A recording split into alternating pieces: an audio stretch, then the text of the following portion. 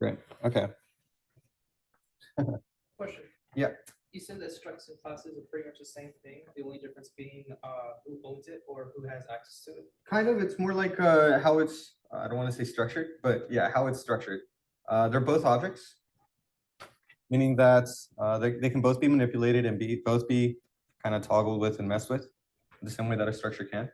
But with classes, we usually use private as well as public, whereas in structures, we only use public variables and meanings and everything. We're going to learn more about that today, what that means, what it is. But for the people watching the Zoom class, we're not going to really start lecturing until like a good more 5 to 10 minutes. So if you ever do see this video come up, just know that. So here. So let's take a quick gander at today's notes, starting with chapter 10a.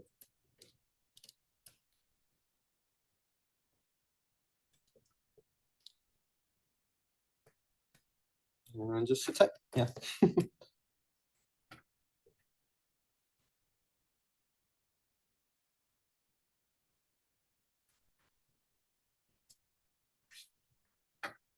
It's a way to keep them more secure. That's mainly what it's for. Same exact thing, except now you're doing things a little differently in order to increase the security of whatever it is that you're doing.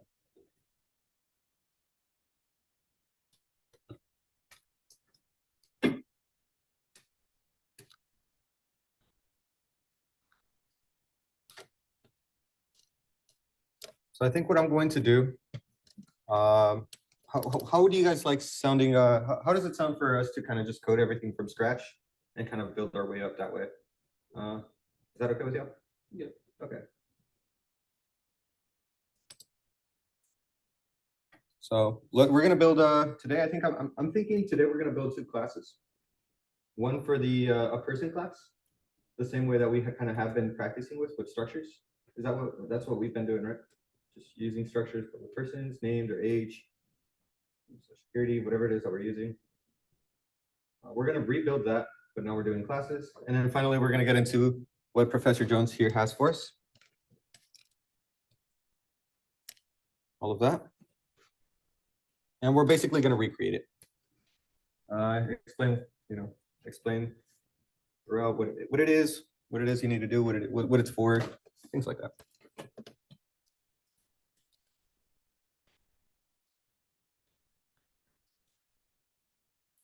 I still have a minute left. Another thing, if you guys haven't joined the Discord yet, strongly recommend it. I know maybe a lot of you don't really need help for CS1, but even for CS2, the next person that's assigned, or I'm going to give away the Discord, which kind of hurts, to be honest, because I kind of built that. It's my baby. If you guys haven't joined the Discord yet, lots of good questions on there, or whenever you need to ask questions, go ahead and put them on there. Professor Jones and I are always there. It's a good resource. Yeah, it's overall just a great resource. If you can't find like your, whatever it is that you need to fix your code, or there's something a bug or something, a lot of students still go to like Stack Overflow and get bombarded with a bunch of jargon that they've never heard of. I'm sure you guys have tried it. So, quick, easy fix. Just go to the Discord. That's what it's for. Yeah. Okay. Class has started. Let's talk about what exactly is a structure, just as a kind of a review, and then come back to what classes and how classes differ from them. Okay. So here's what I'm going to do. I'm going to stop sharing here. I'm going to come share here.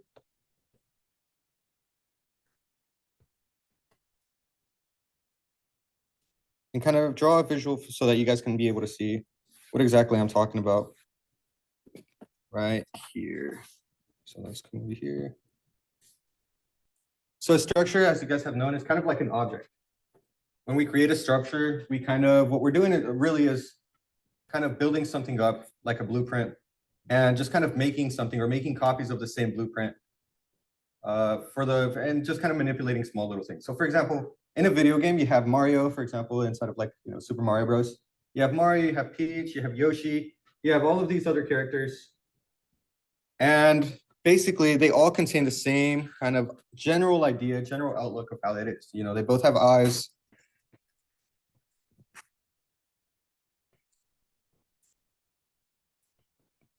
They both have eyes, or they all have eyes, really. They all have like a height to them.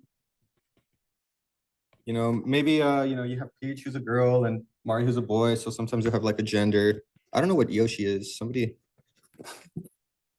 tell me later. Maybe they might have like an age, or maybe they have some superpower. Mario can shoot fireballs if he, has the whole upgrade, whatever. Yoshi can swallow things and like turn them into eggs.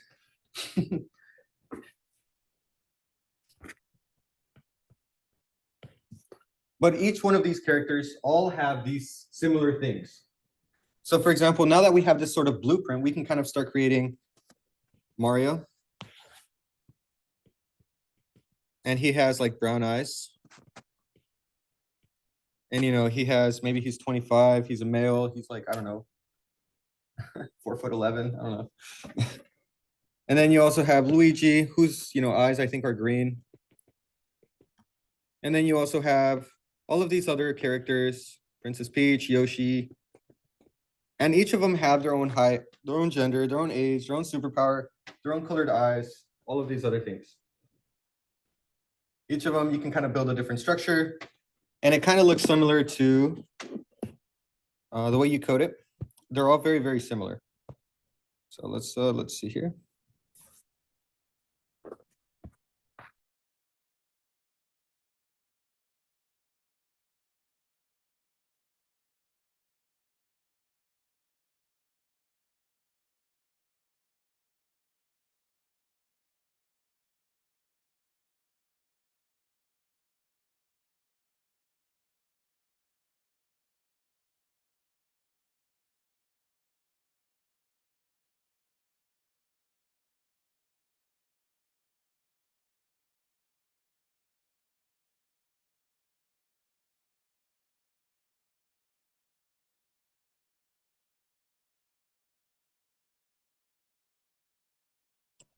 Sorry for the people I left behind.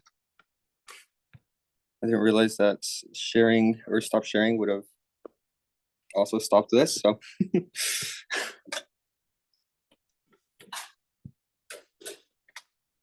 hello.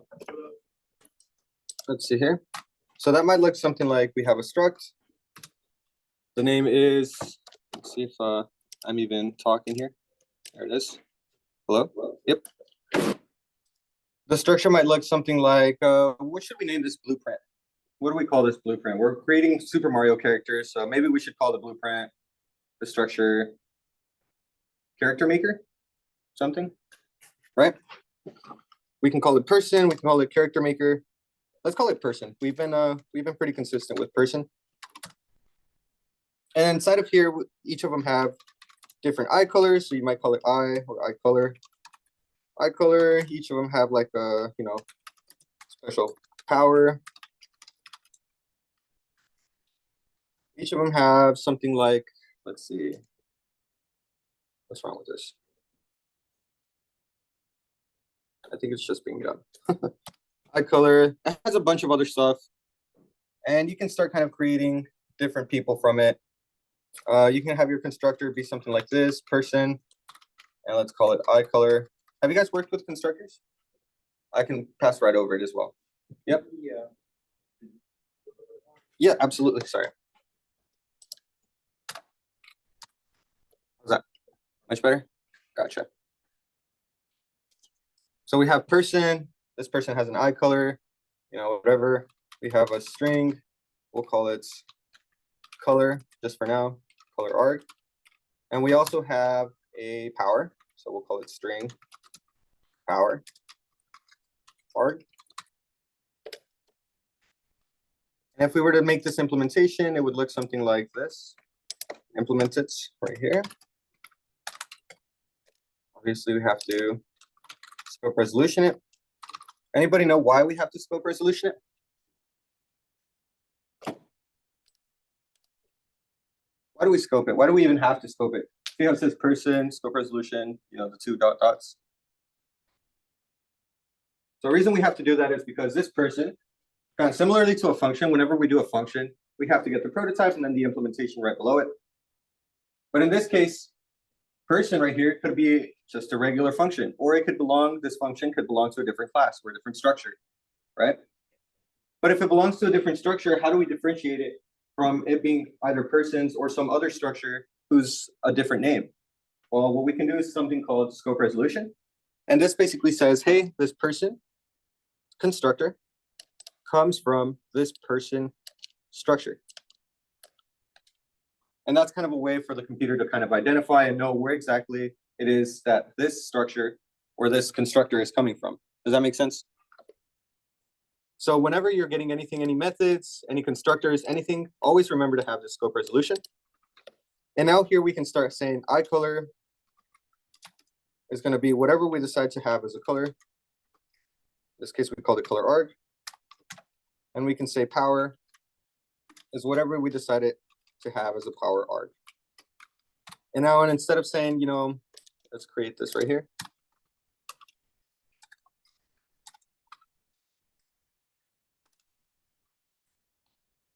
And instead of going like this and saying, Mario dot eye color is equal to brown, and Mario dot, in this case, power is equal to, let's call it fireballs.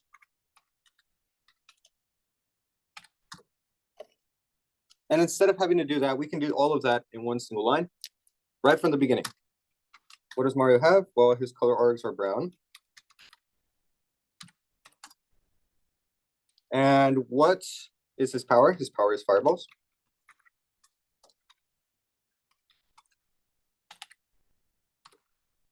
And now if you were to see out Mario dot eye color, let's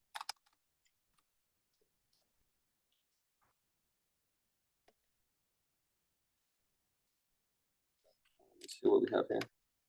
Oh, power arg, power. Type name is not allowed. Why is that saying that?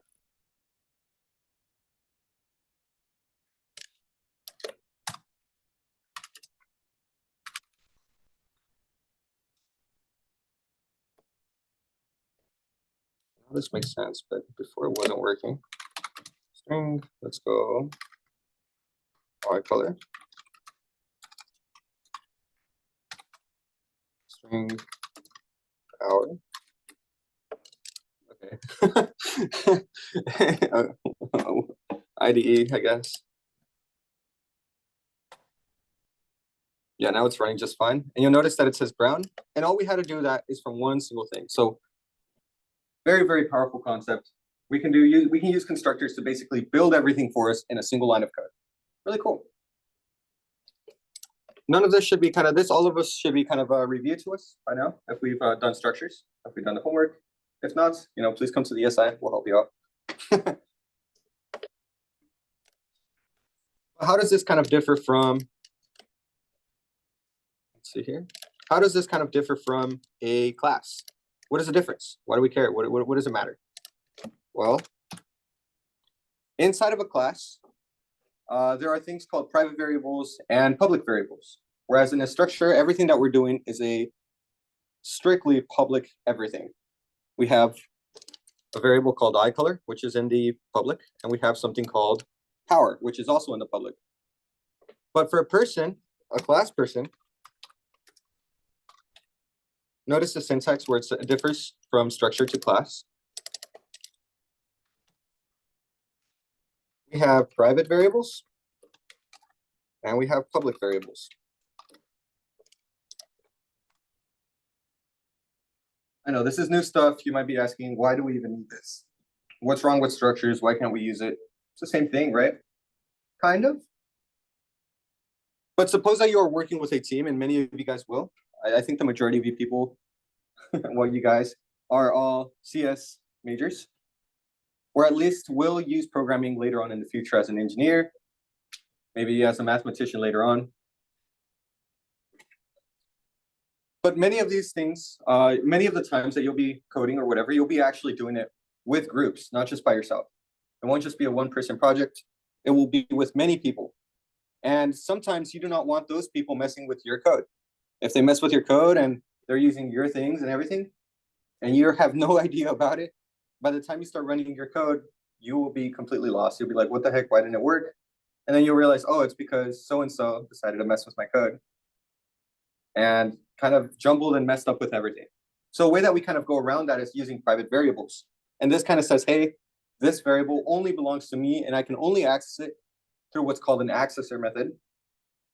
And only can I mess with it and nobody else. So now we have this person. You would set it up the same, eye color. And you also have a string power. Let's give it some more stuff. Let's give it a name. Let's see, instead of person, let's call it, again, this person, we're just making a person class, but I guess character builder makes more sense. We have an eye color, a power, a name. What else does a character kind of have? Any ideas? I mean, we're doing Mario characters here, so. What is something that all Mario characters share or have in common? Height? Yeah, that works. Yeah. Maybe let's use doubles for that, right? Maybe he's not just 4 foot, nothing else. We'll do height. Any other things? One last one.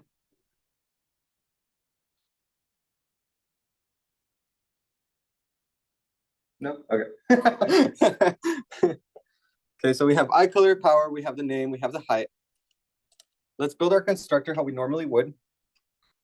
So here we have character builder again, same exact thing that we would normally do.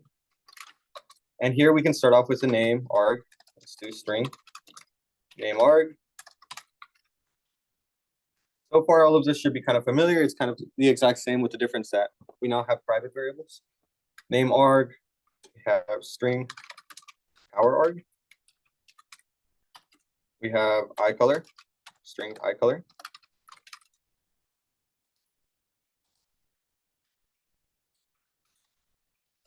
We have, in this case, double heights.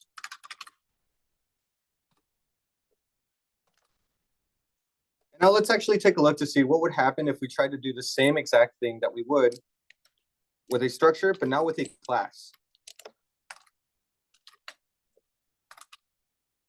So really quickly, I know I already reviewed this, but I really want you guys to kind of get used to doing this. What's the problem right now? There is an error right here. Just talked about it. Why isn't this connecting? It's not really recognizing character builder as being a method from on top. You can kind of see here, definition not found.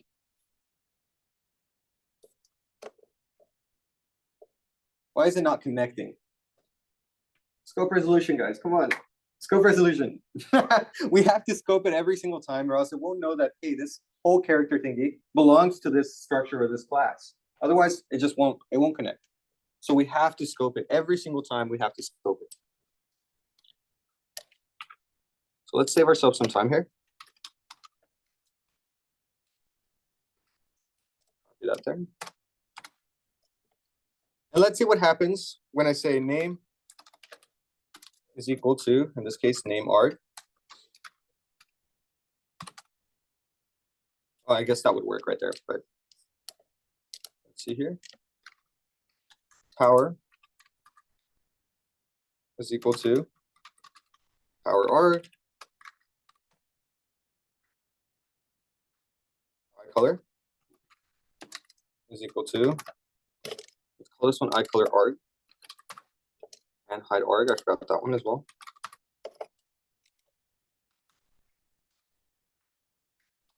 Eye color arg. And then finally heights is equal to hide arg. So far so good. Not really giving us an error. This right here, it's saying, hey, this isn't a person because we changed the name to character builder. And now this isn't working. Any ideas why? Well, let's look at our constructor, right? The constructor right here is saying, hey, This is in order from name to power to eye color to height. And I'm giving it brown and fireball, which isn't really following that constructor that we kind of built. So we have to make it to the T. Let's actually delete this and kind of see what happens when we click right on top of it. So here we have the name would be Mario. And right on top of it, you can see how it has name arc, power arc, eye color arc, height arc. And it's kind of expecting you to kind of fill those in. So here we have the power would be fireball. The eye color would be brown.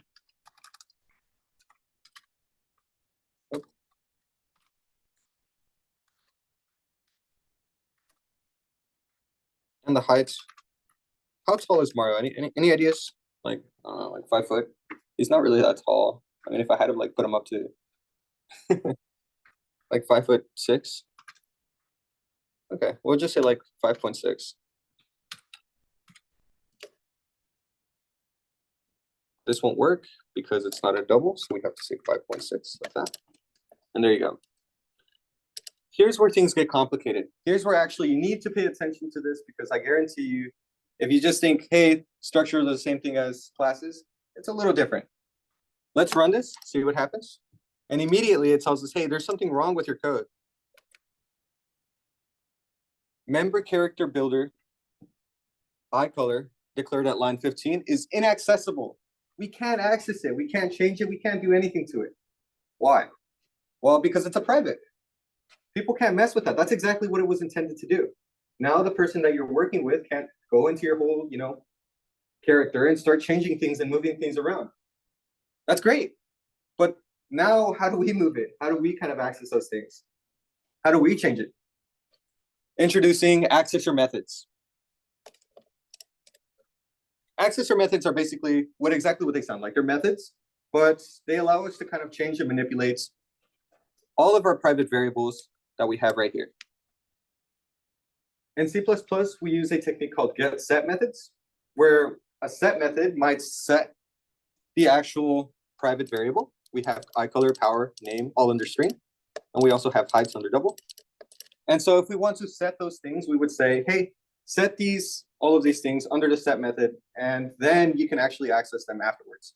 Get methods, on the other hand, are ways that you can retrieve that data. So set methods to set, get methods to retrieve the data. How do they look like? Well, we want to make them really short and sweet because they only have one single function, either to get or to set.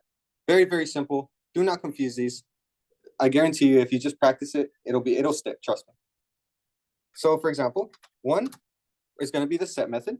We'll call it set eye color.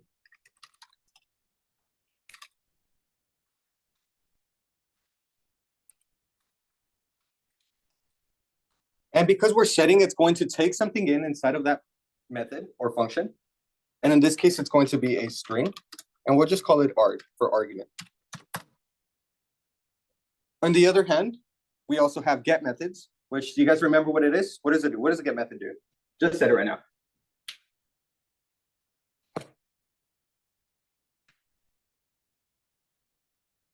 What does set methods do, guys? Come on, I just said it. Set methods set the variables. Get methods retrieve that data. That's okay. Get methods retrieve the data. Ready? So it's going to have a return.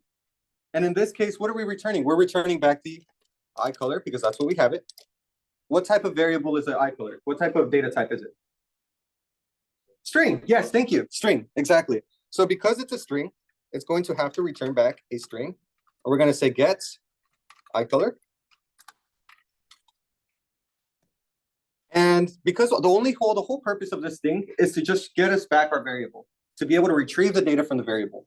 And so because of that, we don't really have to input anything. We can just call it void. This is our prototype. Let's actually implement it. And let's see, and let's analyze how it kind of works here. So here we have our constructor.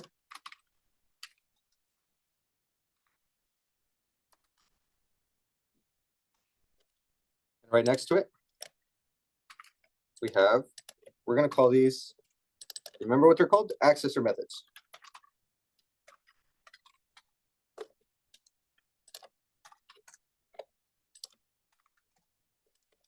Now we have them right here. I'm going to ask the question again. It's not recognizing it to be connected. Why? Why is it not saying, hey, I can't really recognize function definition for a set eye color not found, but we have it right here. What's wrong with it? Scope resolution. Thank you. Okay, someone's awake. All right, that's good. Scope resolution. Exactly. It doesn't know where it's coming from. It doesn't know what it is. It doesn't really know where it's going to go. But if we say character builder, we're now saying, hey, this whole set eye color isn't just a regular function. This is actually part of the class. This belongs to this. So we have to do that every single time. Scope resolution. Here we're returning a void. So do we even need the word return at all? Not really. We're not returning anything. No need for return. But what does it do? Well, it sets eye color, the private variable eye color, right here. And it actually gives it whatever it is that we want it to do. So for example, in this case, we're going to call it arg. But you very well could have just said my eye color, or it might say something else. If you ever go online and you're trying to remember things, it might have a different thing, but it's basically, that's what it is. It's just what the input parameter is. Eye color is equal to arg. And now this right here, what are we returning? Well, we're getting back the eye color. We're trying to get this private variable. We call this eye color, and it returns back that. And that's it. That's legit it. That's as easy as I can get. Very simple, one line of code, that's it. Get and set methods explained. All right, guys, you guys can go. No, I'm just playing. We're not done yet. So we have it for one variable. Well, we have, let's see, 1, 2, 3, 4. So we have to do it 4 more times. I know it's a little annoying. It gets really quickly. You get used to it really quickly. Okay. So we have string. In this case, we're going to set power. I'm sorry. This is going to be void. Because again, we're not returning anything. It's going to be void. We're just setting it. And here, string power, is going to be a string. We're just going to call it arg. Doesn't really matter what the name is. And another thing is that we're going to return back string to get the power. We have void. And we still have to do it for name and height. So let's go ahead and do those two. Set, in this case, name. Arg. And then finally, string name. Void. So we have power, we have name, we have eye color. We still need the heights.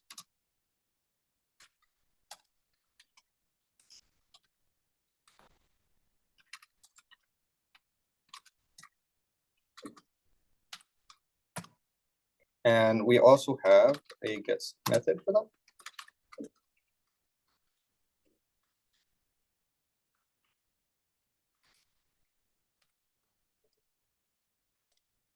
Let's just copy all of our methods down and start implementing them one by one. If you guys need me to pause, or maybe you guys need to see something, or maybe scroll up. Also, I am paying attention to the comments on Zoom, so if you guys do want to ask a question or whatever, I got y'all.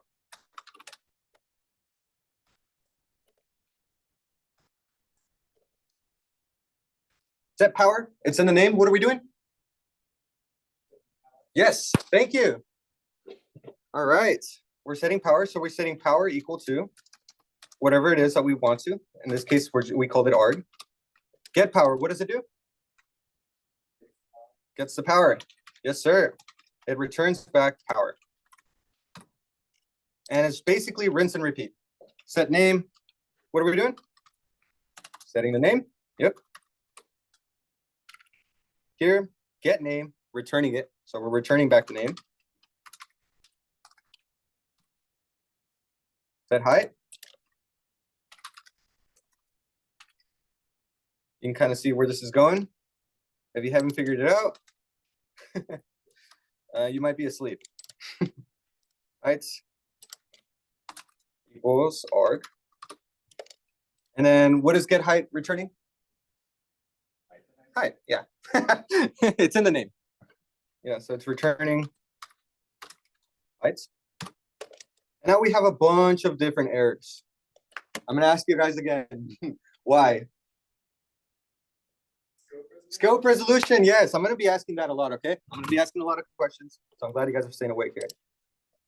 Scope resolution, it doesn't know what I'm talking about. It could be a regular function, so we have to specify, hey, this belongs in the character builder class.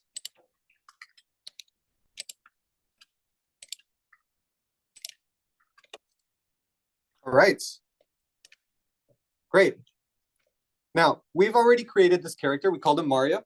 Mario's name is Mario. His power is Fireball. His eyes are brown. And we said 5.6. Let's see what a comment says here. To avoid that entire rigorous process, could we declare name, eye color, and heights in the public section? Yep, you could. But at the same time, we do want to get into the habit of putting those private variables inside of that private, so that when we start going up and actually start programming in the real world, people won't start messing around with your stuff. Pretty much, that's the whole point. It's basically a much safer, more secure way to kind of store all of everything that you're doing. But yes, but at that point, if you're going to put all of your private variables inside of the public, you might as well just use structure. That's what it is. Structure is basically the same thing as a class, except it doesn't have private variables. Everything is public. Good question. Okay, let's see here. Now we have eye color. You guys remember what returns eye color? It's in the name. Get eye color. Yep. So it'd be get eye color. And if we try to function it or just kind of print it out like this, let's run it. There's an error. Why? Why is there an error? Well, let's think about how functions work in the first place. You guys remember how functions work? For example, if I were to have a function called hello world, say hello, we'll call it that. And in this case, it's void. And its whole job is to basically just see out hello world.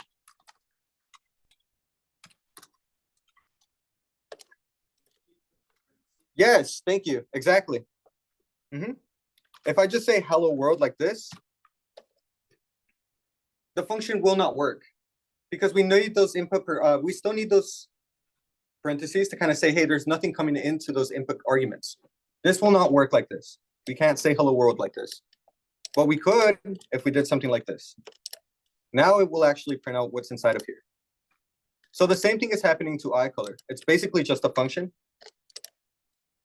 But now it's actually saying, oh, okay, it's a function. We know it's a function because it ends in parentheses. And that's just kind of the syntax that C++ uses. So it's a little bit different from structures, again, because now we're using methods or functions inside of classes or structures to kind of access those variables. So we have to treat it as such. Does that make sense? Yeah? Okay, gotcha. So now if we kind of print it out, let's see if it actually works here. Sorry, let's go here. And here you see brown, hello world. It says brown because we said eye color. We didn't put any end lines, and then it follows by end. Oh, hello world, because of the function that we just made. Awesome.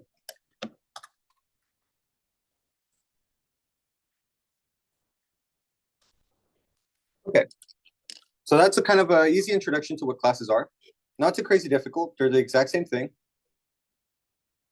But so now, because you're using accessor methods, everything that you would normally get regularly on a structure is now used with accessor methods. So let's actually make a print function that kind of prints out this entire character out.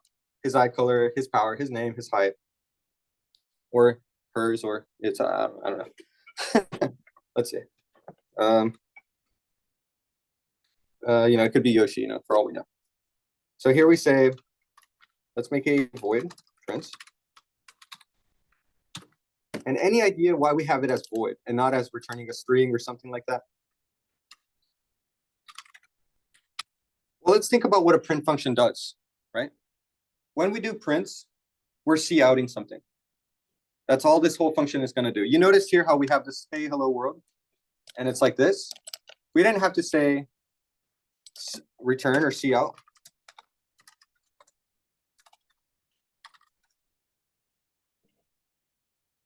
And then say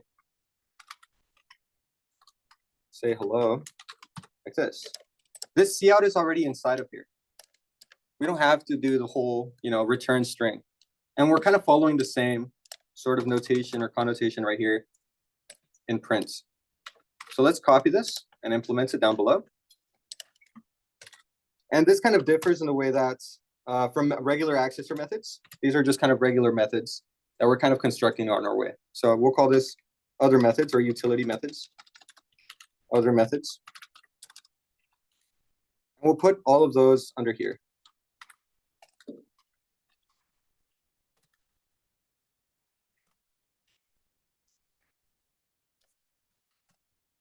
And I promise this is the last time I'm going to ask, why is this not working? What is this? Yeah, exactly. Okay, yeah, thank you. Scope resolution, we have to put it there. Scope resolution, it belongs to the character builder class. And now here we want to access all of our heights, our names, our power, our height, everything inside of this so that we can kind of print it out in a neat formatted way. So let's say cout, let's just call it name or character name. We'll just call it name. Keep it easy. Keep it simple. Name. Now, normally we would just say this, but as we kind of saw, this won't work. Why? Remember when we tried doing it over here and we said Mario, instead of get eye color, we just said eye color.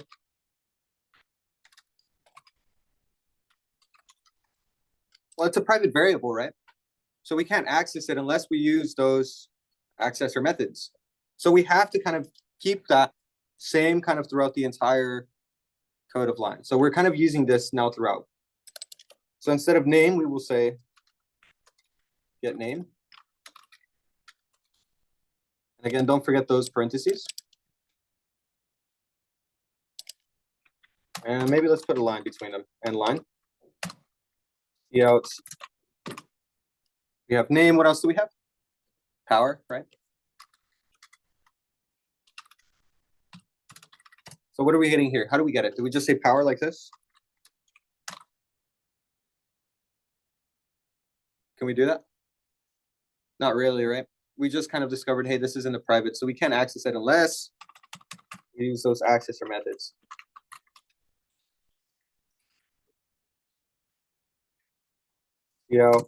What else do we have? We have power, we have name, eye color.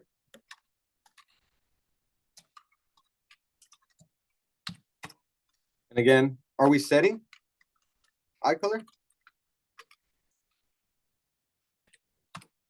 Are we? No, right? What are we doing? Getting, we're retrieving it. Exactly, we're not setting, we're getting.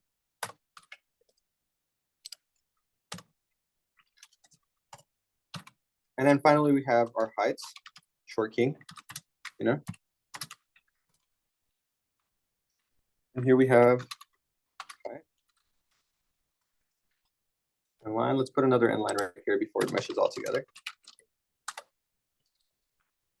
And now if we go on top right here where it says Mario, where we already have instantiated a whole ass character, Mario, Fireball, Brown, 5'6".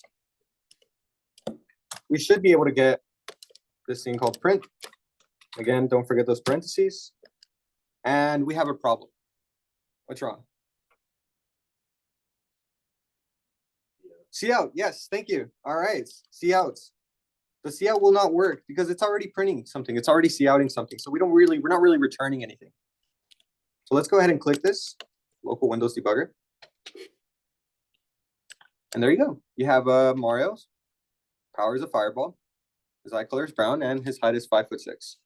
Similarly to the way that we've been doing structures, very, very similar. But now we're using accessor methods and putting things in the private. All right, any questions? Feel free, interrupt me. I do not care. Awesome. Okay, So let's go ahead and take a look up the notes here. Classes part 1. And here we're just gonna, let's read through it, see what it does, and let's try to recreate it. How does that sound? Good, okay. So here we have a class that we called it rectangle. For our libraries, we have iostring and string, which is good, we already have that. Inside of its, let's see, inside of its privates, we have a double called length and width. That's what I'm assuming. That's what a rectangle has, a length and a width. For the string, we have units. I'm pretty sure you guys can kind of figure those out. And here we have a constructor. Have you guys messed with these before? The equals 1.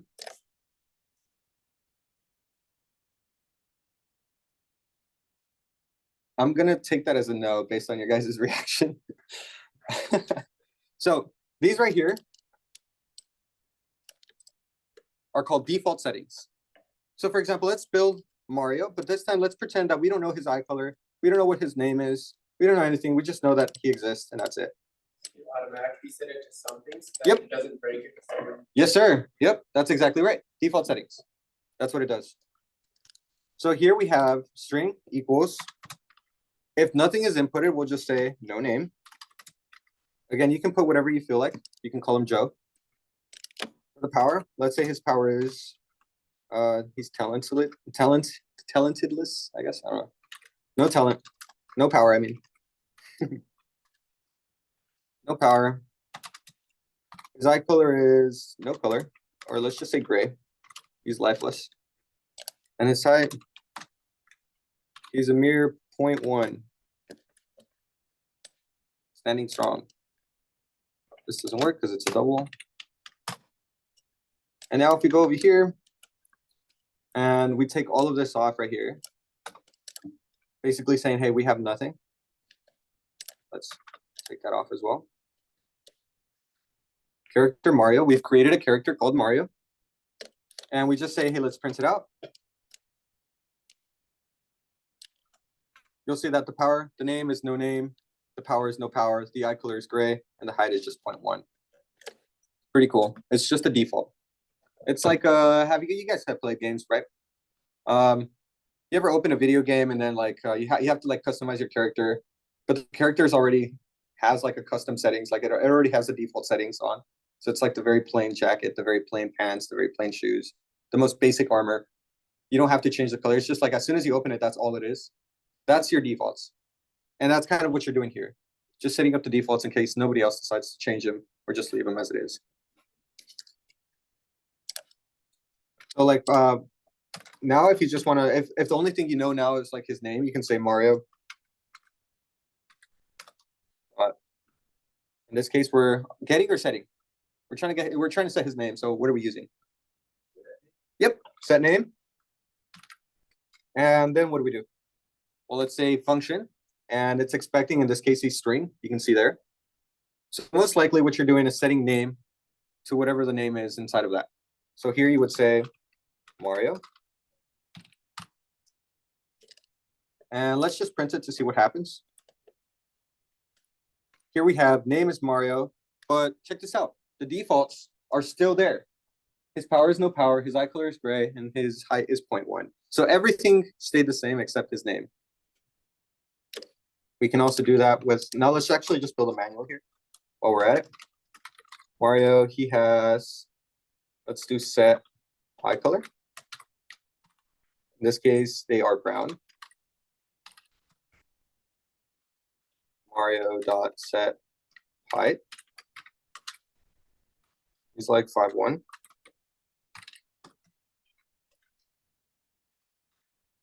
Mario dot set. Let's do power. Height's a double, not a string. Ah, yes, thank you. Thank you. Scared me there. I didn't expect it. Set power. It's going to be fireball. And I think we're missing one more, right? Let's see. Mario dot. We have eye color, name, height. Yeah, we have everything. Okay. And now you'll see that if we press print, all of them have changed, and we've basically manually created him all over again. It's a bit inefficient because now you have to type all of this set name, set eye color, set height, all of this. It works, but it's probably better in this case, and only this case, to maybe use constructors. Well, not maybe only this case, but in most cases, Awesome. So let's go ahead and take a look back at the notes here. And here we see that his comes also with default constructors. In this case, the length is 1, the width is 1, and for his defaults, he chose inches. Here we have our get and sets. And finally, we have this utility method called double area. What do we say we set it up? Let's set it up. All right, let's first set it up, and then afterwards we'll kind of mess with it and see what we can do with it. So for now, let me just comment all of this out, and we'll just restart at the very bottom. So let's see, we're including IO stream.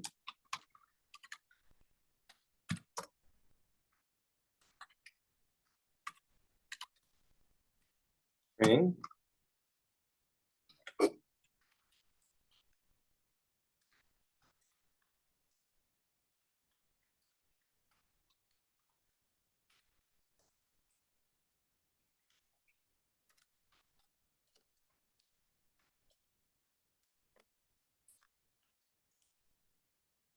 Oh, yeah.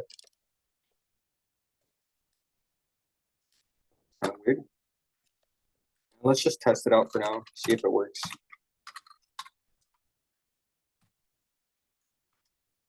Word of advice, as someone who's been coding for C++ for well over a year now, run a lot, like run it a lot. Test every time, every lines of code, every few kinds of lines of code, run it a lot. That way when you're 1,000 lines of code in, you won't, and you find an error, you won't have to like really just look everywhere. It's just way better if you keep running often. You can pinpoint your errors much easier. All right. In this case, we're using a class or a structure? Class, right? That's the whole point of the lecture.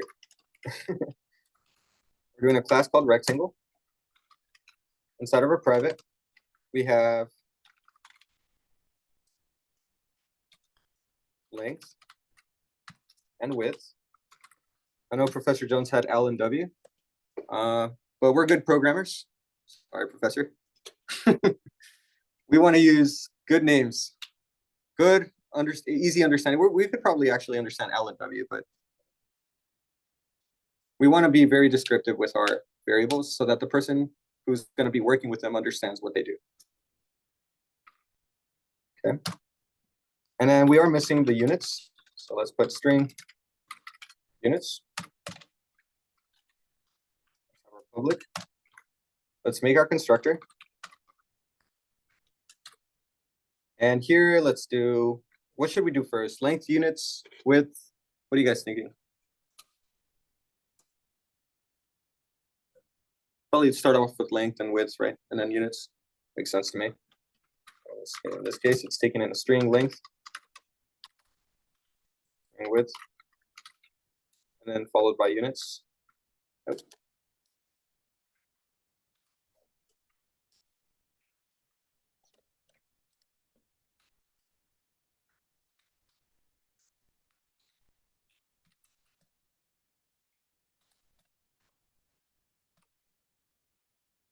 Okay. Let's start off by implementing this. So I'm going to kind of follow the same syntax that I was using, or not syntax, but similar style. When you guys are working it out in the real world, most likely there will be some sort of format or style that your team will specifically be using, and it's very different from some other teams. So just kind of keep that in mind. This is just one way of doing it, but be prepared for everything. Here we're going to have our constructor.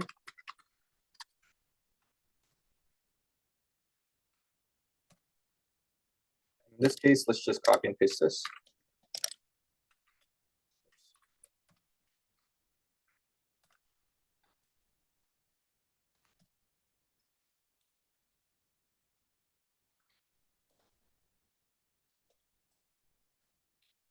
Awesome. We also have accessor methods. What are we missing here?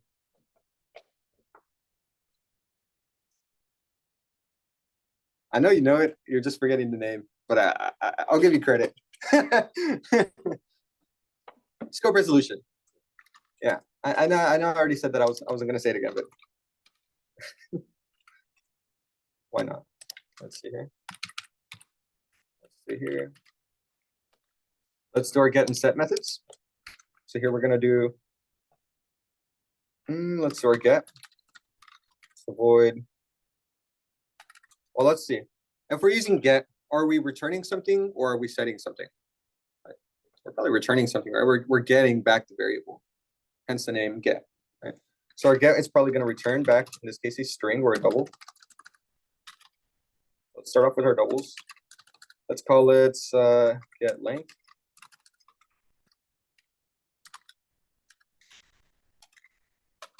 And here we have string.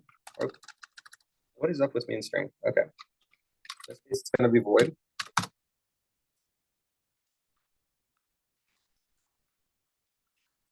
Void set length.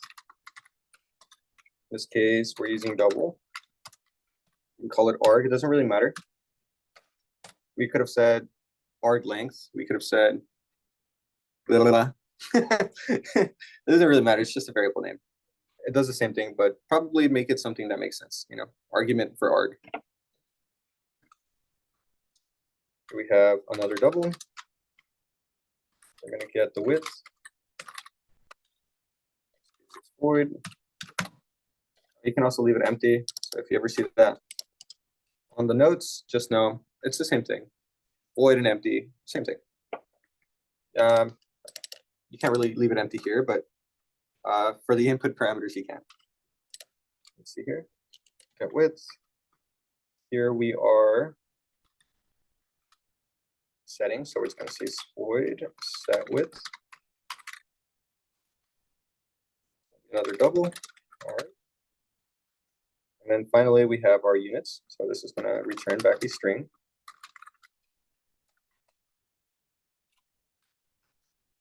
And just kind of showcasing, hey, if you see this empty, it means the same thing. String.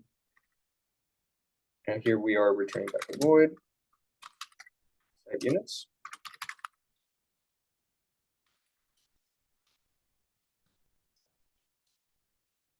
Copy all of this and start implementing.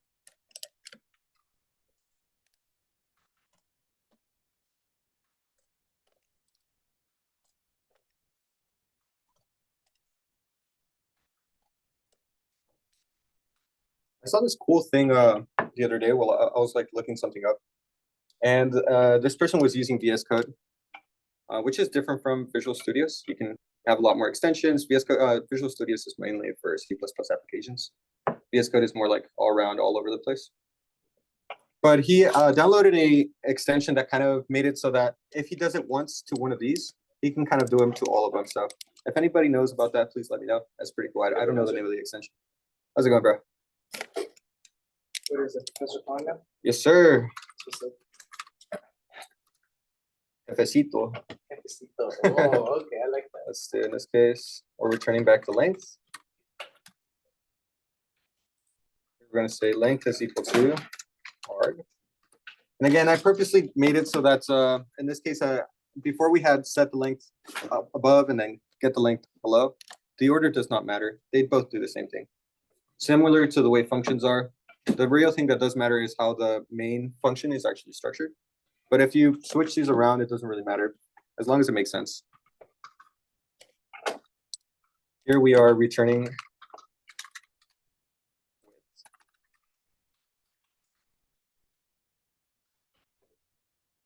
You guys need me to increase the screen size on that, or is that fine? That's okay? Okay, just making sure. Width is equal to, oh, yeah. You need the scope resolution in this one. And all Yes, of sir. these. Thank you. I was gonna ask. Okay, man's on top of things. Yes, sir. Scope resolution. Look at that. All our errors, one by one. Trust me, I still get people from CS2 asking for help. And this is like their main issue. So if I'm asking, it's because of that.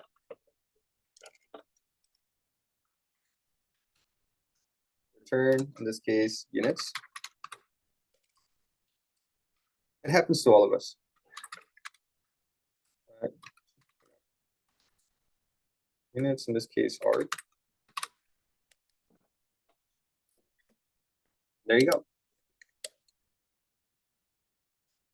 Another thing, I need to ask Professor Hefe what he thinks about it, but I've heard some people say, hey, it's better if you use private variables right away and set them right here inside of the constructor.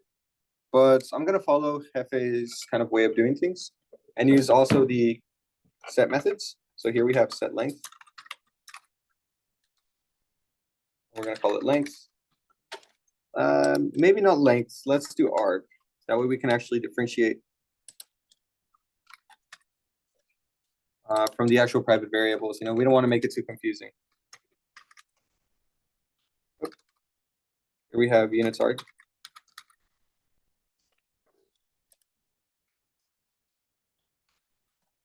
That way we can actually distinguish between what the actual argument parameters are and what the private variables are. So here we have set length. Let's do a set width. We're doing width arg.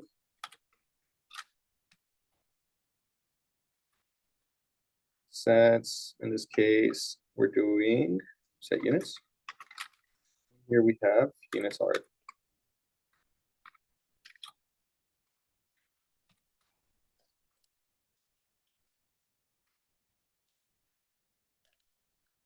What's wrong with this? I see. Units is, no, units is fine. Oh yeah, units is not a double, it's a string. And I was saying, hey, there's a problem, it's incompatible at line 116. Let's take a look here. This is also double. So we have to change that to string as well. Notice how, again, string is, units are strings, so. There you go. Let's just run it, see if it even works in the first place, and then we'll start constructing from there on. Yep, hello world works. Let's call a rectangle. Let's make a rectangle. We'll call it my rec. Like get rec. Nah, I'm just let's call it rec.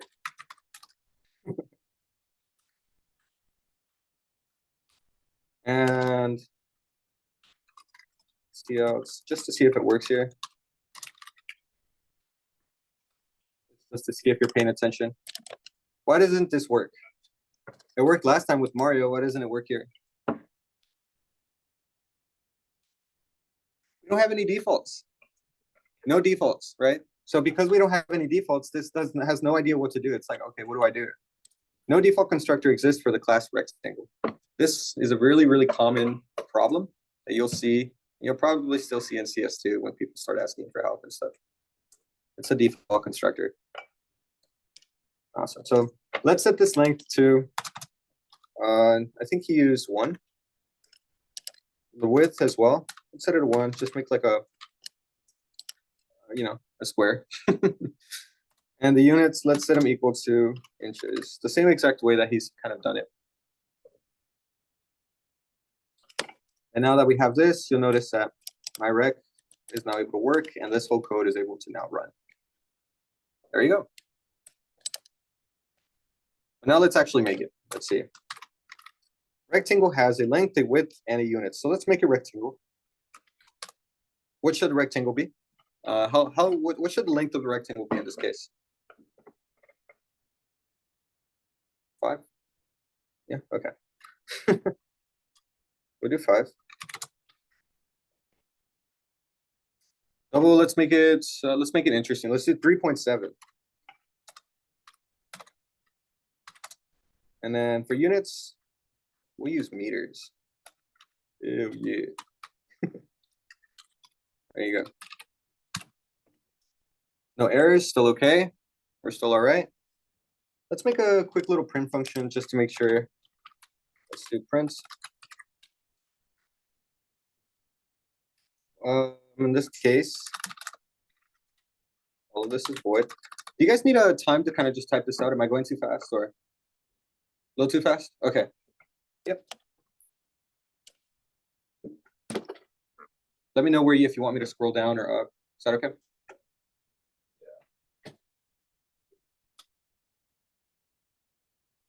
Yeah. If any of you guys are having trouble or issue with your code, again, let me know. I think we're doing pretty good on time, so.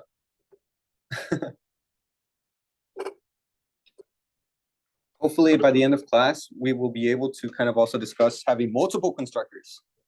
And that's a really fun topic. Constructors are really powerful. Please use them appropriately, obviously.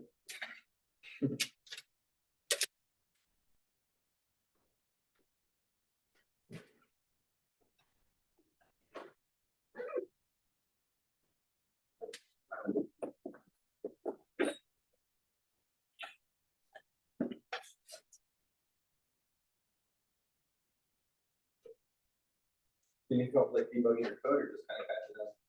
Catching up. Gotcha. Okay.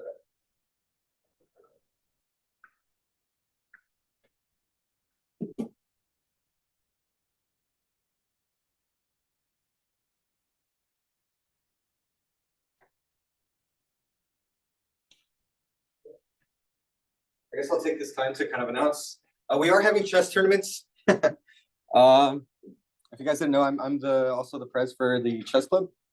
So we are holding chess tournaments. Some are for beginners. One of the tournaments is going to be for the beginners, and then the other one is going to be just an open, so you can kind of just join on whatever skill level you're at. There will be prizes for the open one, so it's pretty cool. We got some new boards. It's really exciting. So really exciting stuff. They're really good quality chess boards. Make sure to come and stop by. If you guys have any more questions or anything, please let me know. They are every Fridays from 5 to 6, so really just after class. Right next door in room 223 in the John Muir building. So yeah. For the prizes. I didn't want to announce it, but you guys can know because you guys are like my SI group. So it's gonna be one of these cool chessboards.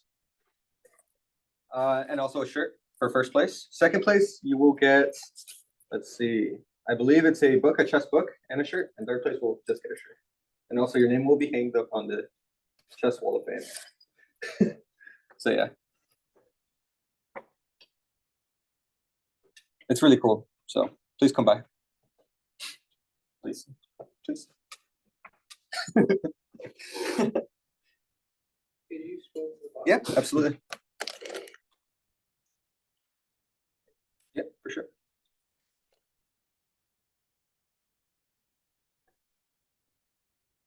Also, more actually topic related. I am going to start making a group for those of you guys who want to learn Python on your own during the summer. If you guys haven't checked out FNL, FNL is this really cool group. It stands for Friday Night Lab. Basically, you go in there, you talk to real professionals, real people, real engineers, people who have worked at NASA before, people who have, done what you guys are planning to do in the future. And basically, you can consult them, you can make projects, add them to your resume, maybe get an internship, maybe need help with whatever it is that you need. It's really cool. They have free food. It's really fun. I go every Friday whenever I have the chance, which is like almost every Friday. I'm planning to make kind of a study group, and FNL is willing to pay for whoever wants to get a certificate for Python, and you can just add it to your resume. I'm not really doing it for the certificate, but it's a good thing to add to your resume. So it's a leading language right now at the moment. So if you guys are interested in kind of just studying or going through it, we're going to be following this Udemy class. It costs like $15 to $20 for the entire class. It's good quality education for really, really cheap. And basically, you just learn Python all on your own. It's really cool. You'll be one step above most. So if you have any questions on that, please let me know. I haven't built it yet, but I'm planning to do that over the summer. So please let me know. You have any questions over this?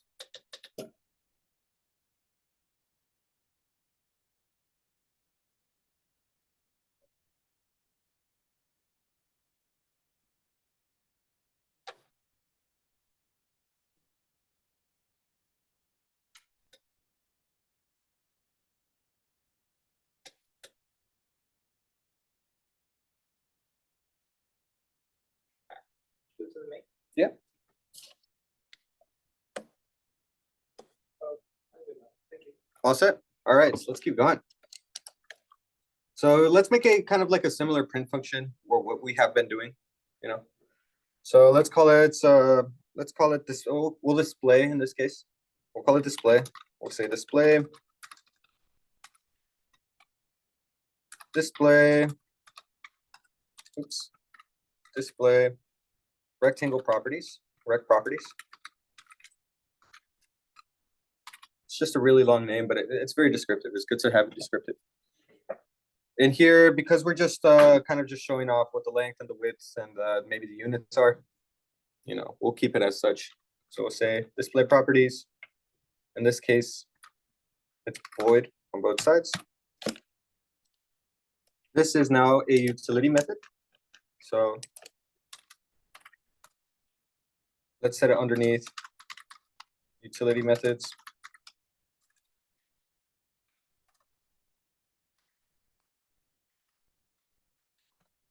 And yes, scope resolution.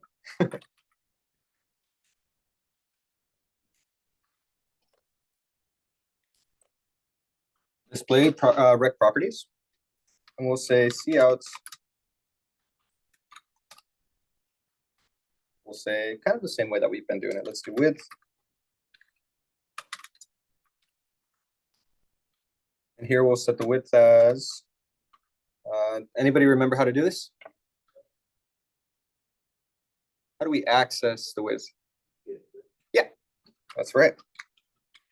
Get width. And let's when you do width, we don't want to just say, oh yeah, the width is 11. We want to say it's 11 inches or units or meters or whatever, right? So we'll leave it as, what's that? 11 inches is huge. Yeah, in this case, we're using, I think, meters. So we'll say 8 units.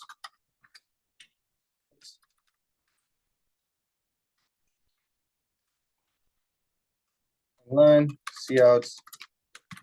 Let's do a length. And here we'll have get length. Get units. And I like this. This is cool. But what else does a rectangle have? Yeah, thank you. Area, exactly. So let's maybe write one here. Call it cout area. And we don't have a get area, so let's just build it from scratch. We'll call it get length. So how does anybody know what the area of a, I mean, I really hope so, but anybody knows what the area of a rectangle is? How do we calculate the area of a rectangle? Yep. So we have a way to get the length and we have a way to get the width. Why don't we just multiply them together? Length times width. Get width times get length. Oops.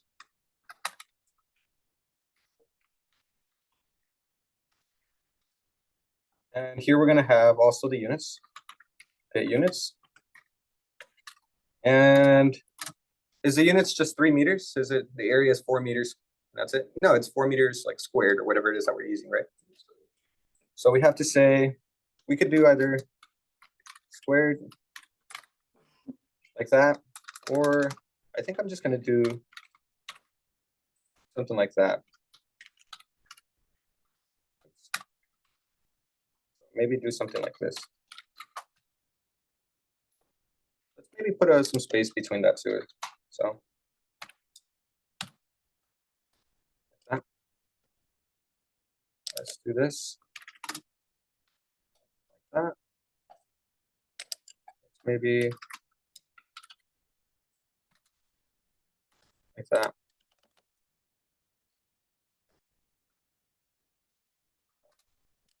There you go.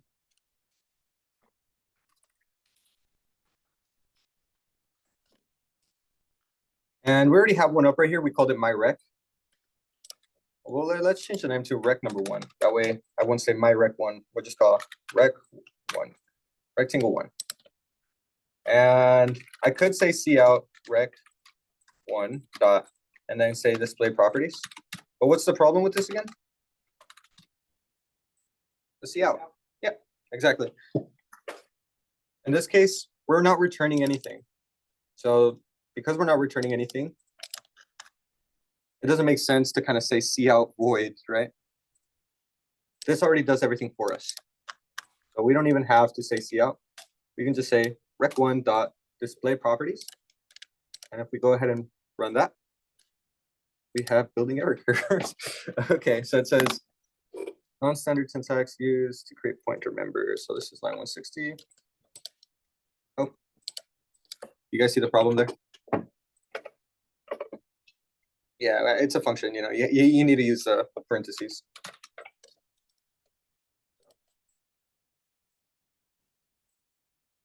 There you go. 3.7 meters for the width, 5 meters for the length, and the area is 18.5 meters squared. Awesome, we did it. Dope. All right. But this is kind of, what if I just want the area itself? How annoying would it be if I have to say, you know, area, C out? We could, I mean, we totally could. There's nothing wrong with it. And we say rec one dot get length, and then we say rec one dot length. And we come over here and say rec one dot width. Totally can do this, by the way, just I don't know why, right? Like it kind of sucked.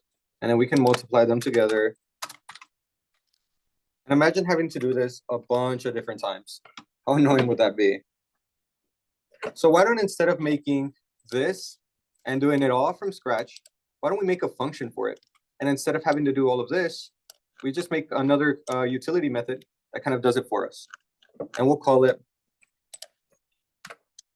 let's call it, well, in this case, we're returning back a double because it's the area. And we'll say calculate area. Or just say, we'll call it area. And in this case, because area is inside of this rectangle, it already has access to all of these through the get and set methods. Does that make sense? So we don't even have to make it like a C-type function where you have to input the length, input everything, and then finally get back your answer. Everything is within it. We only do it once, keep it nice and efficient and clean. So double area, let's copy this, bring it all the way to the bottom. Scope it. Remember the scope resolution operator. And now we have access to all of the width, the length, everything, because it's scoped in. And now we can just say, return. How do we find the area again? Length times width. So we can say get length times get width. And now instead of having to write all of this right here, what we could just say is area. And look how much smaller that is. It's already way more cleaner. It makes way more sense. Somebody who's looking at this will be like, oh, okay, I see what it's doing. Or if they get confused with, oh, I wonder what this does, they can always go look down right here and say, oh, it's just multiplying the length and the area and the width. Does that kind of make sense? And now, instead of having to go to the to over here and having to redo the calculation again, we can just say area. Well, obviously, we need to specify which one. Like that. And there you go. Let's run it. Let's see what happens. Boom. Area 18.5. We still need to put this right there, meters squared. But I mean, that's not too hard, right? We can just say rec one dot get length, or not get units, I'm sorry. Just say squared. And I mean, if you really want to get picky with it, you could make a units for the area and everything, or you could just change this whole thing depending on how you want it to make it return nothing, like make it a void return and just do a C out. It's really up to you. It's however you want to design it. This is just one way. I personally prefer it having this way, because what if later on I want to make it like a cube, right? What you can do is say get this area and multiply it times, we have length times width times height, and multiply it times the height. And now you actually have numbers that you can kind of work with. You see what I mean? So yeah, let's see. Let's look at Professor Jones' notes. I know I kind of went out of the way. Oh, okay, yeah. So, here we have our area. Basically the same thing that we did. We have our units, and in this case, he called it arg3. You can call it arg3, you can call it arg4, you can call it whatever you want, doesn't really matter. We have the return units, we did that. The width, we returned the width. Those are our accessor methods. Let's see, set length. Oh, looks like, okay, this is really cool. What if we want to make the user or whoever it is kind of input those lengths and all of those things for us, right? It doesn't make sense to have a negative length. Like, what if the user accidentally, with their one finger typing, it's -3, that would kind of suck. we can't have a negative area. That doesn't make sense.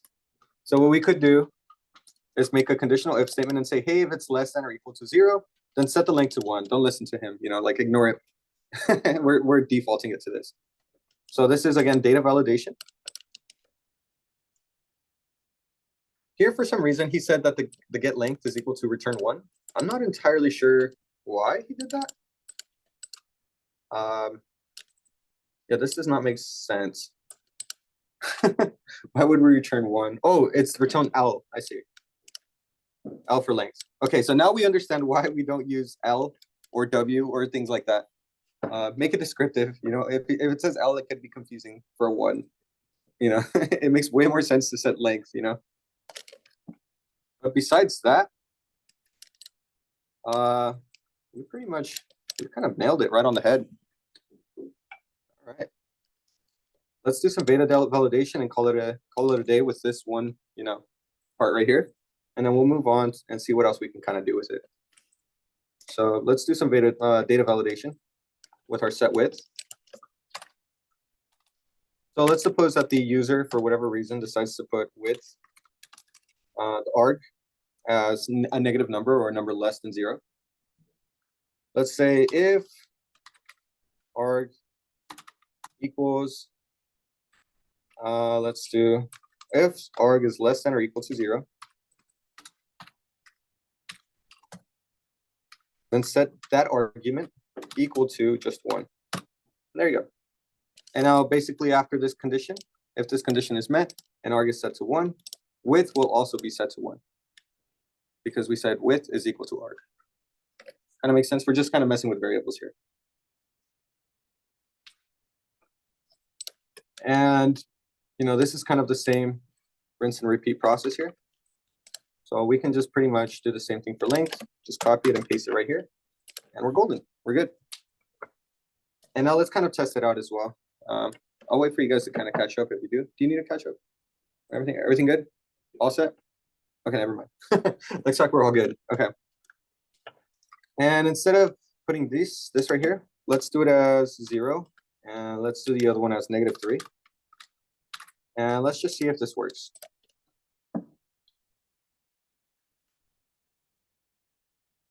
Okay, yeah, looks like it works. The width is set to 1 meter. The length is set to 1 meter. The area is 1 meter because 1 times 1 is 1. Looks like it works. Quick maths. Let's maybe space it out here. All right. This is good stuff. Making good progress here. You guys will be really good at coding in no time.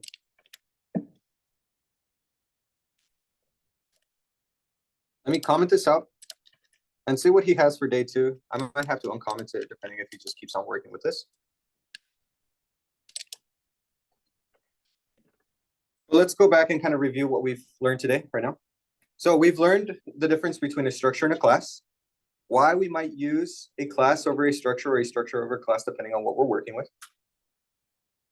We've learned how to implement the class, the get and set variables, why we need to do that. We've learned how to use those utility methods. And we learned scope resolution, right? If you didn't learn it after today, oh man, you're hopeless. You know? We said it so many times. I'm just playing. Okay. Yeah, I'm gonna get fired after this. Okay. Professor Quan. Yeah, yeah. All right. Do you guys have any questions at all? Anything that you might be confused on? Maybe like, oh, I don't understand. Maybe your code is breaking. Anything? I Yeah. have a question. Yeah. Could you give a real world example of the necessity of using a class over a structure? Yeah, absolutely. So suppose that you're working with, okay, give me like a project that you might be working with here. Maybe you're working in a group, you're working on maybe like building a mobile phone game. Is that okay? Like Flappy Birds or something. I don't think you need like a whole team for Flappy Birds, but let's suppose that you do. One person might be designing the background, the other person might be designing the mechanics of how the bird kind of works, like the physics of the birds, how it falls, and another person might be working on like maybe I know there's like different versions of Flappy Bird, like some of them have like missiles trying to shoot the bird cow. One of them is working on that, right? You do not want the person who's working on the bird to be messing around with the background, or the person in the background messing around with the missiles, or the missiles working around with the physics of the bird. You don't want them kind of messing around with your data or any of that. So one way to kind of safeguard away from them and keep them away from messing around, or even accidentally messing around with with the private itself and messing up your whole code, is by setting them up in the private. And now they have zero access to being able to mess physically with with your whole length and your width or whatever it is that your privates. And it's just way safer overall. It keeps people from being able to get them. Also, another thing, in web development, you might see this a lot. There's a way to kind of do the .inspect and be able to get all of those things. I'm not entirely too sure how it necessarily works. I'm still like kind of studying on that.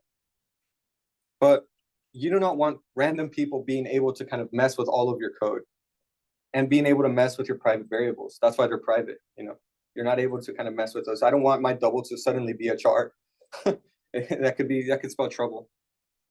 So you want to use accessor methods to only be able to use it through those accessor methods and nothing else. So it's important to kind of keep your security of your code. That's the idea. Did that kind of answer your question? Yeah.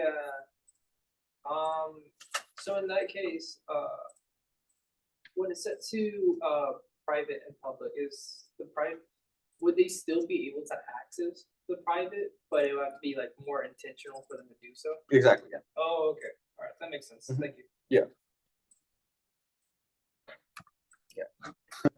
Good question. Yeah, later on you're also known about namespaces and the fact that you can actually create your own.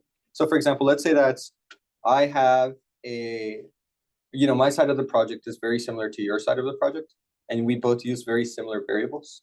So for example, you create a class called physics, and I create a class called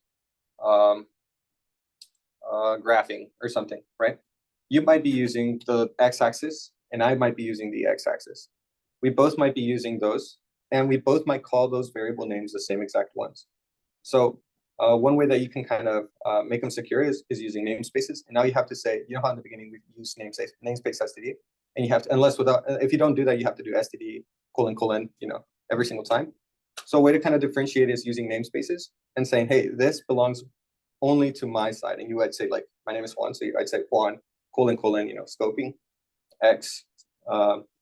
Whereas yours might be the exact same variable, but you might call them, what's your name again? Jose. So you might say Jose : x. And so now when you're using that level of security on top of accessor methods, everything is way more secure. Everything is it's more, you have to be way more intentional than to accidentally mess up my code or yours. Yeah. You know what I mean? Everything is more secure. So I hope that kind of answers your question a little better. How I see it is that I'm applying with how all squares are squares and all squares are rectangles, but not all rectangles are squares. That's how I'm applying it. Kind of, yeah, by accident, yeah. Like you don't want to accidentally mess with that. Good question. Okay. So now, the last thing that we learned was kind of vectors, right? We learned that we can have a vector of objects or an array of objects. And you can kind of mess with those things as well as you want. And it looks like he uses this time of class, same class, we called it rectangle, with the length and the width and the string for units. And now we have multiple constructors. Keep the accessor simple, keep the accessor methods simple. We have our accessor methods. And then here we have our utility methods right here. So now we actually can, calculate what the perimeter is, if Boolean is a square, or is it a square? It can tell you if it's true or false.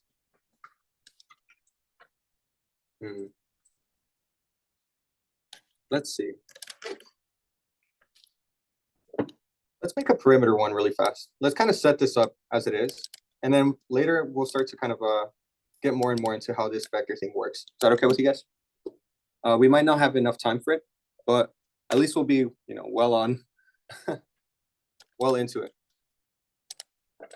So let's, I know I commented this out. Let's uncomment it and let's just keep on working with it.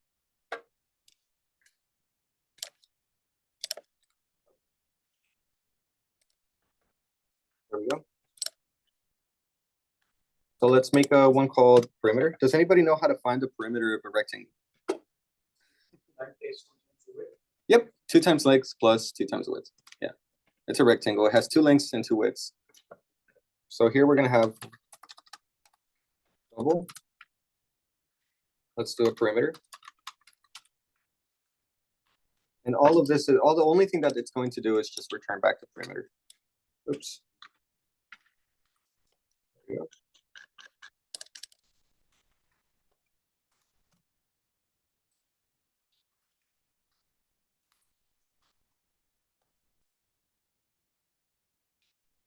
So far, so good.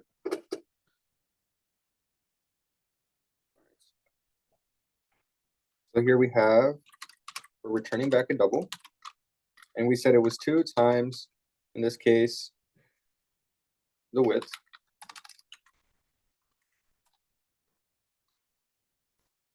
Plus 2 times the length.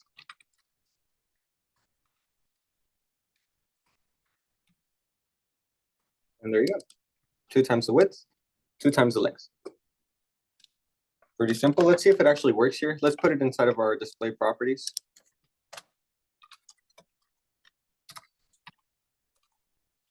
Perimeter. Oh. We're just going to say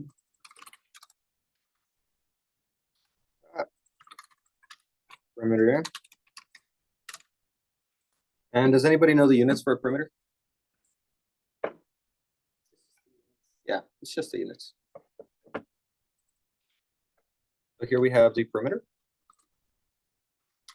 Get units.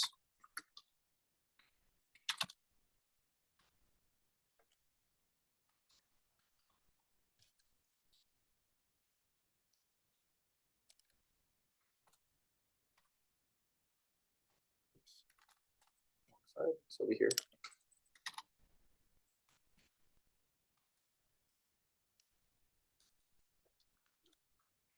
Let's delete this because the area is already inside. That was just kind of to see if it worked or not. And let's just run it to see if it works here. It should say 1 by 1 because of this. So in total, it's 4 meters. Makes sense. What if it's 3 and 4? Here's a good math question. If the length is 3 and the width is 4 of a rectangle, what is its perimeter?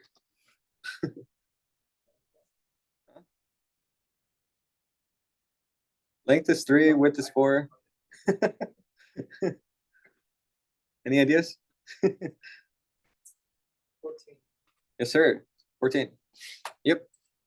So it's 3 times 2, which is 6. 4 times 2, which is 8. 8 plus 6 is 14. So that's what it should be. Let's see if it works. Looks like it is. 14. Awesome. It looks like we got that working.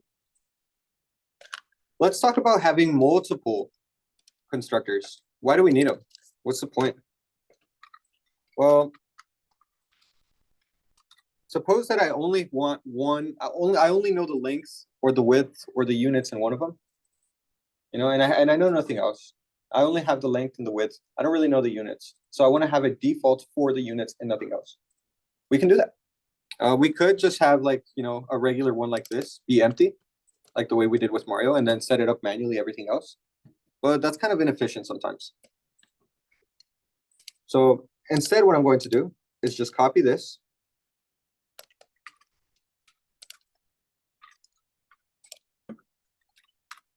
Set the length like that. Set the width like that. Copy this right here. And again, this is, let's make this a comment here. This is our get and set methods. We call those. Do you know what we call those? Get and set methods? Accessor methods? It's okay. These are new words. I don't blame you for not knowing them.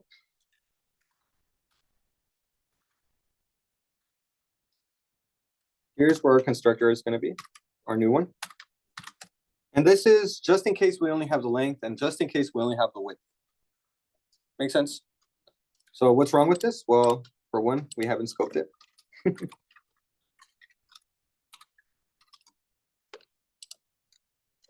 And here we're going to set the length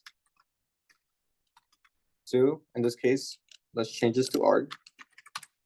This to arg as well.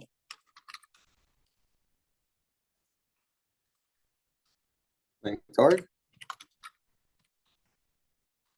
Set width. Length arg. Well, what are the units? What do we set the units to? This is where our default comes in. You see what I mean? We don't know the units, so we're just gonna say units. That's our default. I know for the other one we did like inches. We're just gonna leave it as units in this case. I think it makes more sense. Yeah, leave it as units. And now let's try it out. Let's see how it looks. So let's go back in our main, and instead of having meters here, let's delete that. We'll see here it says more than one instance of constructor rectangle matches the argument list. So here it's saying, hey, what's up with this? You have default constructors for this and this, but you also have it for this. If I were to comment this out, let's actually test that. Let's understand why it does that.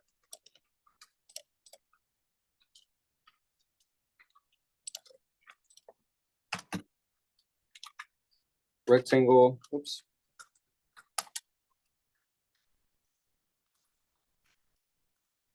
Did we call this anything? Oh no, this is, what am I doing? This isn't the main. Here we go. If I comment this out, notice here, this works, this is fine. And notice, and it's not meters anymore, it's inches. It already does it for you. But what if you want it to be specifically, you can make a different constructor where it's only just, for example, units and the length. So for example, what if I wanted just the length and just the units? So I could say like something like meters. This is gonna freak out. It's gonna say, well, we have the length. The next one should be double, but you're giving me a string instead. That's kind of weird. What's up? What gives, you know? So when you do it in order like this works perfectly fine because it says, oh, okay, you got this, you got this. You don't have this, oh, you probably mean this. But if I were to do something like this, meters, it doesn't know any better. And it says, hey, you have the length, but the double width, it's gone. And you don't have anything for the units, and that's supposed to be a string. And this right here is supposed to be a double, not a string. So it gets confused. So what you could do instead is create one. Let's actually keep going with this example. So instead of length, double length, let's make this a units. Let's say that you don't have the width, you only have the length and the units.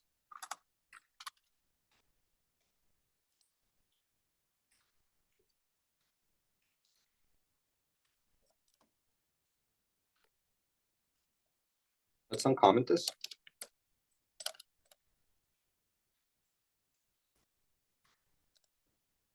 And instead of that right there, we're gonna say units arg. And instead of here, we're going to have, this is where our default would go. We'll call it 1. And now we've customized a different constructor for a different use or a different case. Does that kind of make sense? This is I perfectly understand if this is a little confusing. So if it does make sense or if it doesn't, please let me know. All right. Let's go over here. This is double length. And now let's see what happens when I do something like this. Look at that. It works now. We have this one and it chooses and it looks and it says, okay, you're talking about this one, right? Oh yeah, okay. Clearly you're not talking about this one. Okay, but you are talking about this one right here. Because it's the only one that has that in order, double and then string. So now if we run this, here we have the properties. The width, the one that we didn't do, is defaulted to 1 meter. The length is 3. And we set up meters right here. Can you guys kind of see that? Right. So let's go back to Professor Jones' notes and see how he did it, just to kind of understand what he did for his. So weirdly enough, he said 0 here, which is funny because we said, hey, if it's less than 0 or equal to 0, then I guess he must have changed it. Oh yeah, he did change it. Then it's whatever this is. Totally fine. It's just, it's up to you. It's how you design it, right? So here we have the length, the width, and the string for the units. We have the length and the width, and maybe if we don't have anything else. Here we have only if we have the width, only if we have the units. And then finally, we just have, if you have nothing in it, what we set it to. Does that make sense? So now we don't even have to have these right here. We can make one even more to our style of how we kind of want it. Does that kind of make sense? I feel like you're confused a little bit. I can see it.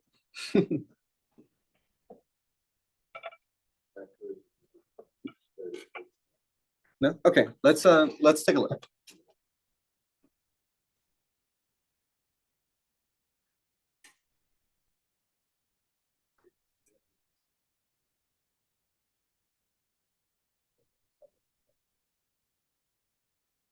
Oh, it's giving me weird numbers. Okay. Can I see what you put for your width inside of it? Oh, okay, okay. Can I, let's see.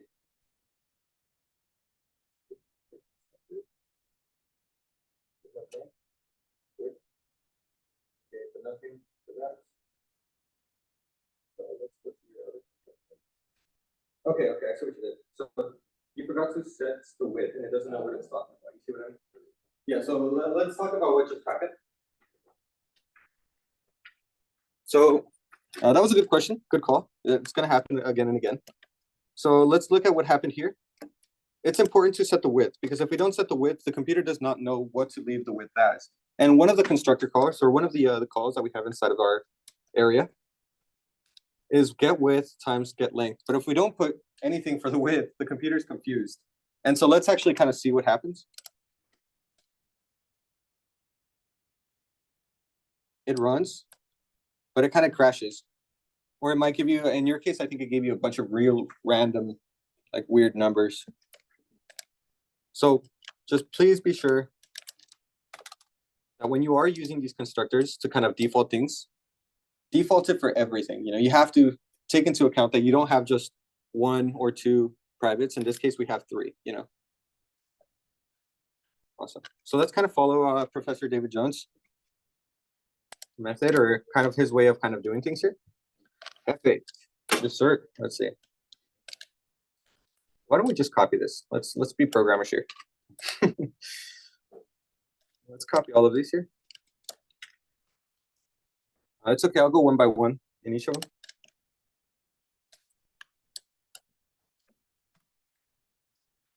We already did this one, and we're gonna do this one right now. So we did this one. let's comment them out just for now. We'll uncomment it as we go through. Is that okay with you guys? All right, cool.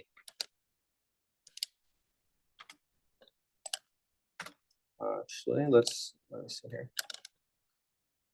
Comments, recomment. Okay. So we did one for this. In my opinion, that doesn't really make sense to only have the length and the units. So let's make it so that it's actually just the length and the width for now. So again, notice how I got rid of the other defaults that were originally here, where it's like equal to 1. That's because now we're going to create defaults for every single kind of condition that might happen. Does that make sense?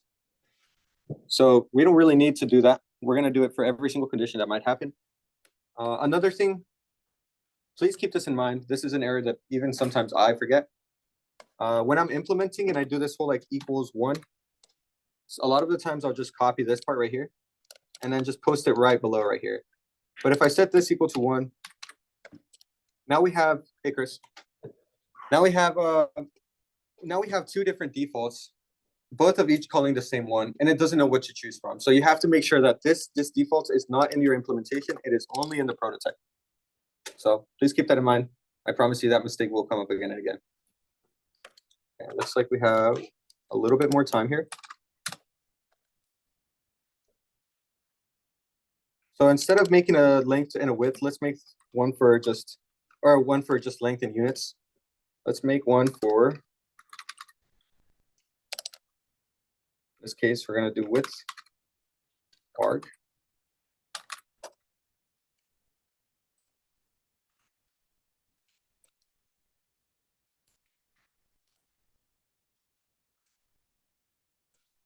And let's do it right here.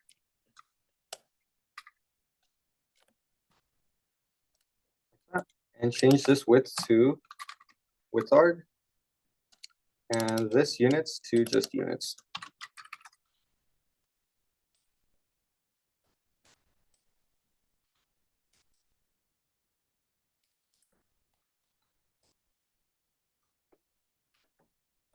I did change it quite a bit, so please. Oh, what did I do? Yeah. So now it's like it's freaking out because we haven't done a constructor for the other one. So we have to set this to like 4 or something. And let's just run it to see if it works. And there you go. In this case, it defaulted the units rather than the actual, like, you know, the lengths and the measurements. We put 4 and 3. Looks like we got our area. We have 8 because it's 2 times 4 plus 2 times 3. So it's 6 plus 8, 14. Looks like everything is working good. Does that kind of make sense how the constructors kind of flow or work? How we can use multiple ones, how they might be handy? Chris, you get it? All right, let's move on to the next one.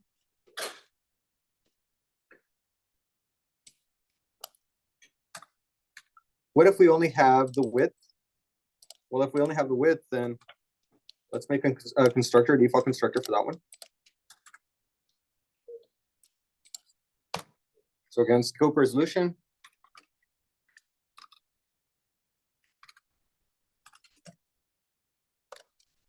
And we're just going to basically copy this and put it over here, with the exception that this only is for the argument width.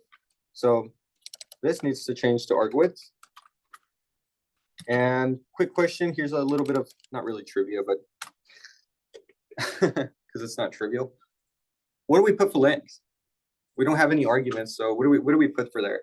What should we put? 1, yeah, because this and why?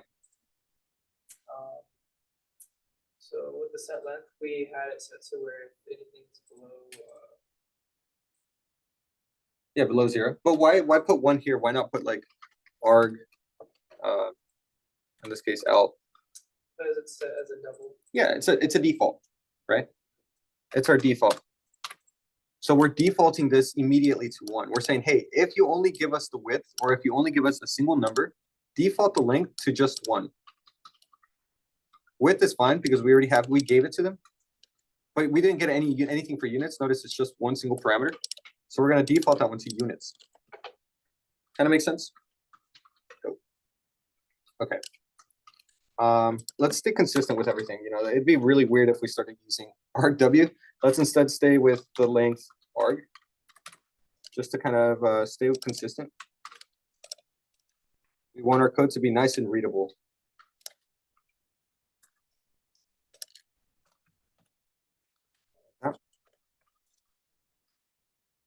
And notice here how these don't really match, but it still works. That's a cool little trick that you can do. It doesn't really matter what you call it. I'm still going to call it length arg, or in this case width arg. Let's actually put arguments for here as well. Make it match.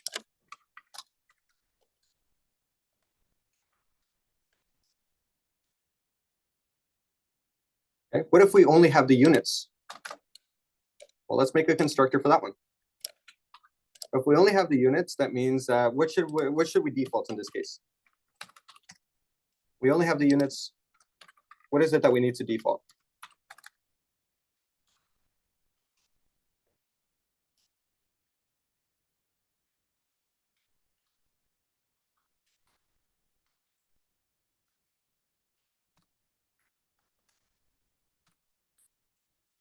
Any ideas?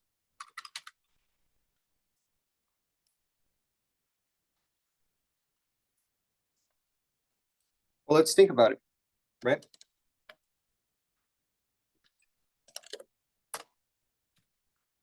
If we only have the units, then that means that we don't have the length or the width. So we're gonna have to set defaults for those. It's that simple. It really is that simple. Does that kind of make sense with everyone?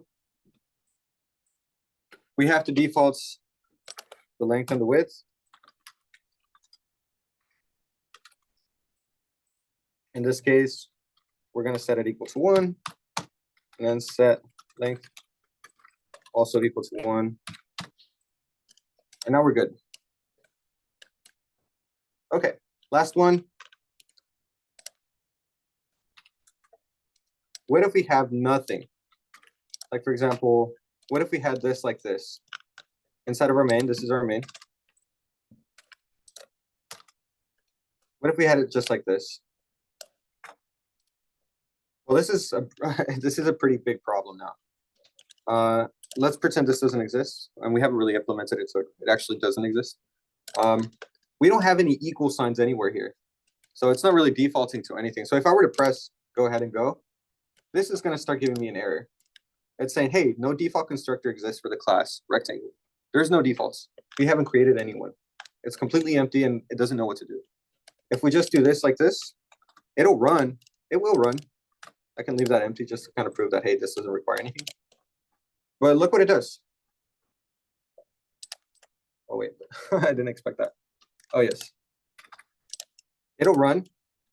It won't give me this red right here. Or will, I guess not. Errors, resolve public reference for main function. Oh, it's because we didn't reference it. So here, let's do this.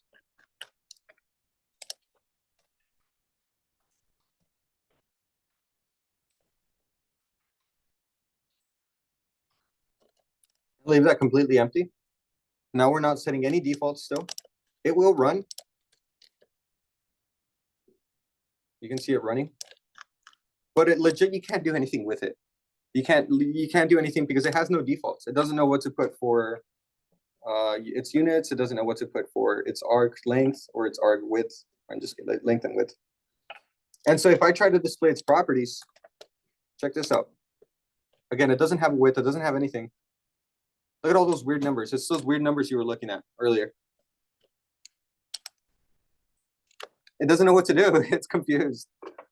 And so we have to set defaults for those as well so that we don't get this whole weird mumbo jumbo. Does that kind of make sense? Okay, cool. So if it is empty, let's set units to just units. Any idea what we're going to do next? Yeah, set width. Or it could have been length, either one. Yeah. And in this case, let's just use 1. We could have done 0 or -1, but it's just going to default back to 1, so it doesn't really matter. set length. 1. And again, this right here is completely empty, doesn't have anything in it. But now it's recognizing, hey, there is defaults. We can do something with them. And you'll see here that it actually does make sense now. Width is 1 unit, length is 1 unit, area is 1 unit squared, the perimeter is 4 units total. It's defaulting. Pretty cool. Cool stuff.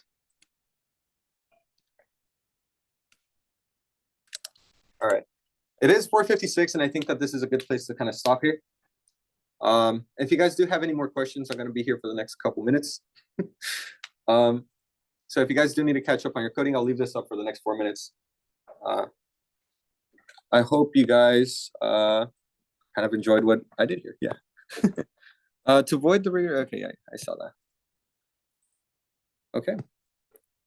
Thank everybody for coming. Yeah, thank you. See here.